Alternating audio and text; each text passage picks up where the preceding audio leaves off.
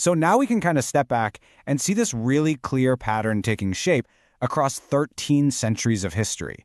We're looking at two very different moments, but with one striking, similar method. The playbook is remarkably consistent. You've got the 7th century, Uthman faces disunity in recitation. His solution? Enforce one codex. The method? Burn the rivals. Fast forward to the 20th century.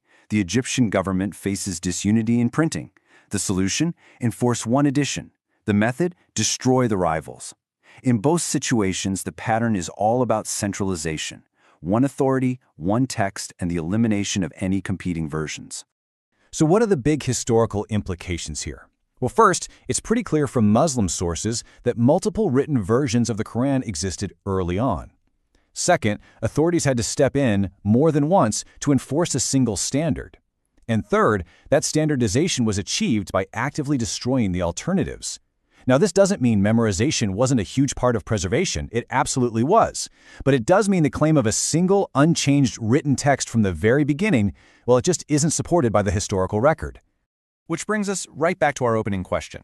Based on this evidence, the evidence of companion codices, of Uthman's order to burn them, and of the modern standardization in Cairo, does the historical record, as told by Muslim sources, really support the claim that not a single dot has ever changed? But you know what? The story doesn't even end there. In our next explainer, we're going to shift from looking at what was destroyed to what has survived. We'll dig into the research of Dr. Dan Brubaker, who has spent years studying the earliest existing Quran manuscripts, and he's documented thousands of physical corrections, things like erasures, overwrites, and insertions made by the original scribes themselves.